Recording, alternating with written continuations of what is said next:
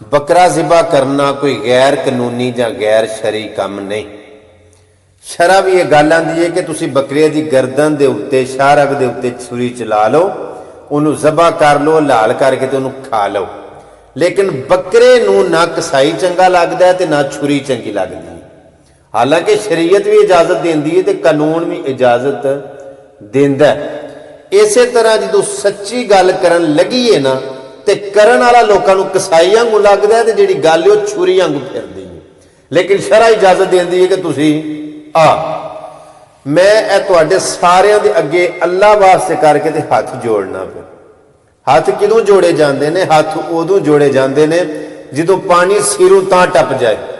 हुण इस मुआशरे दे विच जिथे असीं रहिंदे आ भी इन्नी घुटन हो गई है कि हासे फराहम करना, खुशियां फराहम करना बड़ा औखा हो जाता पिया। जिहदे अगे लप रोईए वो अगों बुकर हुंदा है। जिहड़ा मौजू मैं छेड़िया है ना अज, अगर गल सारी सुनोगे तो सुन के तुसी खुद फैसला करोगे कि वाकई ये जरूरत है सी। लेकिन कई लोग ऐसे ने कि जिन्हां दी गर्दन ते ये गल छुरी वांगू फिरनी है, उन्होंने मैं चंगा नहीं लगना। कई मेरे चाहण वाले अज नाराज हो जाने ने। लेकिन हाथ जोड़ के मैं आना कि गल पूरी सुन लवे हो जे और मुस्बत पॉजिटिव माइंड के नाल ना ये गल सुने हो जे। अज तो कुछ दिन पहला मैनू मेरे एक दोस्त ने दावत दी, आखन लगा कि मेरी हमशीरा की शादी है तो बारात वाले दिन तुसां भी आउणा। मैं क्या ठीक है, तेरी भैन है तो मेरी भैन है, मैं इंशाअल्लाह हाज़र होवांगा। जिहड़ा उन्होंने मैनू टाइम दिता सी ना, अपने वादे के मुताबिक मैं उस टाइम ते मैरिज हाल पहुँच गया। जिस टाइम असीं उत्थे पहुंचे तो पता लगा कि बारात लेट हो गई। यह भी एक रिवाज बन गया कि जंजां लेट होंदियां ने जी। हुण खैर काफ़ी इंतजार करन तो बाद जंज आ गई, बारात आ गई। लेकिन इंज आ गई जिवें कोई नेरी आ जाती है, कोई तूफान आ जाता है। वो तो चढ़ के ना लश्कर लैके इंज जिवें कोई किला फतह करन आ गए हैं, जिवें कोई मारका मारन आ गए। आउंदियां सार जनाबे वाली बैंड बाजा शुरू हो गया, ढोलां बाजियां वाले वाहवा झट लाने तो बाद उत्थे मर जाल दे के घोड़ियां नचन लग पईयां। जो उन्हों का नाच मुक्का तो उत्थे मुंडे नचन लग पे। वाहवा झट उन्होंने जनाब लुड्डी भंगड़ा पांदियां पांदियां इंज समझो भी शाम हो गई, टका हो गया, जंज अंदर बह गई। अजे बैठे एवं कोई 10 मिनट ही गुजरे होने ने ते मुंडे वालियां एक खबर निकली, लीक हुई। पता लगा कि दूल्हे का प्यो आंदा पाया कि असां ना जेस दे विच कार खड़नी है, इतों गड्डी खड़नी है। वो गल जो इधर आई ना तो धी दे प्यो ने इस गल की तस्दीक कराई, आया कि गल वाकई सच्ची है। उधरों ये गल निकली है, पता कराया तो पता लगा वाकई उन्होंने डिमांड की है कि असां कार लैनी है, असां इथों जांदे हां गड्डी खड़नी है। जिस टाइम उन्हें यह खबर सुनी ना तो पक भी हो गया। उन्हें वेटरां नूं बहरियां, मेरे हुंदियां दी गल अखीं वेखण दी गल है, उन्हें बहरियां नूं वेटरां नूं आख्या कि टेबलों के उत्ते खाना ला दे। जिस टाइम उन्हें खाना लाना शुरू किया ना तो वह आखन लगे जी खाना तो निकाह तो बाद हुंदा है ना। ये आखन लगे नहीं, साडे रिवाज चेंज हो गया, हुण बदल गया रिवाज, असीं ना निकाह तो पहला खाना खवाने तो खाना खाओ। खैर जो खाना लग गया तो जी खाना खान लग पे। खाना खाने के दौरान इन्हें अप्लाइड फॉर गड्डी मंगा के खिलार ली सी। ये भी ठीक ठाक सौखे सन ते अगले भी इन्ने जो गया सन सौखे सन तो उन्हें गड्डी की डिमांड की ना।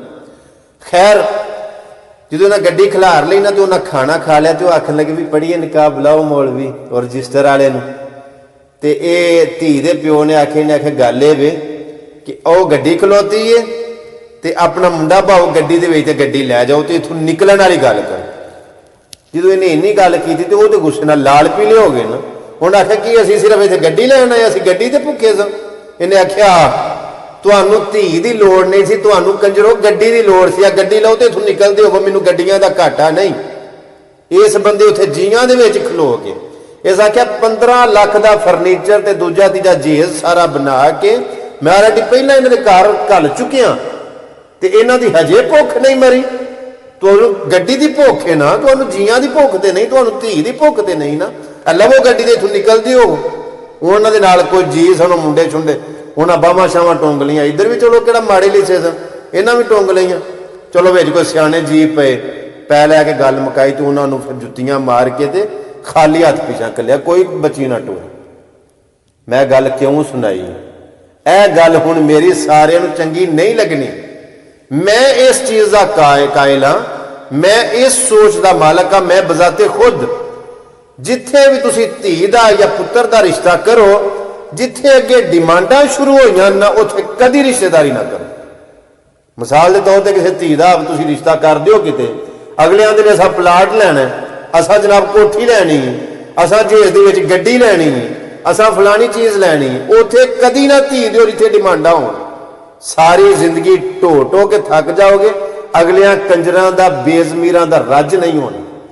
ऐसे ऐसे लोग मैं विवै वेखे ने, अल्लाह की कसम है, जिन्हां जवाइयां नूं चूड़ छड़िया, जवाइयां नूं खाण ते उन्हां अड्डा रखिया।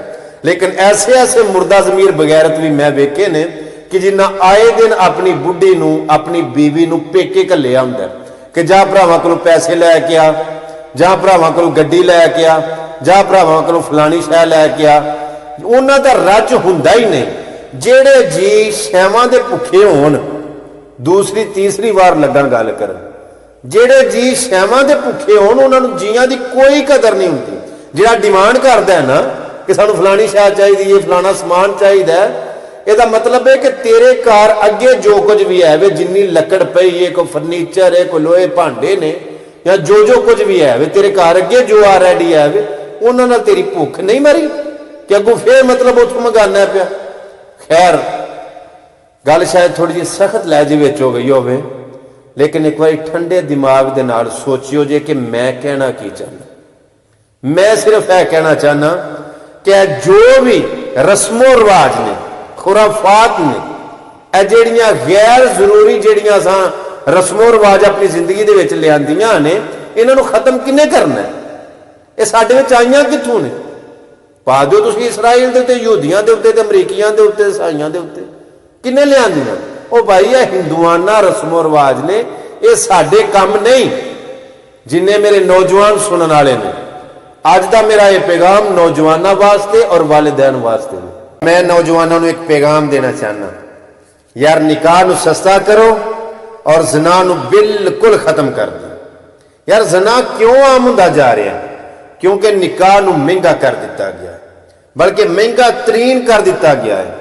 जिन्नी देर तक तुसी निकाह सस्ते नहीं ना करोगे, कभी तुहानूं यूनिवर्सिटियां दे विच इहदे केस नजर आउणगे, कभी बच्चियां नाल ज़्यादती दे केस नजर आउणगे, और कभी इलैक्ट्रॉनिक मीडिया के सोशल मीडिया के उत्ते तो बेशुमार ऐसे केस नजर आउणगे।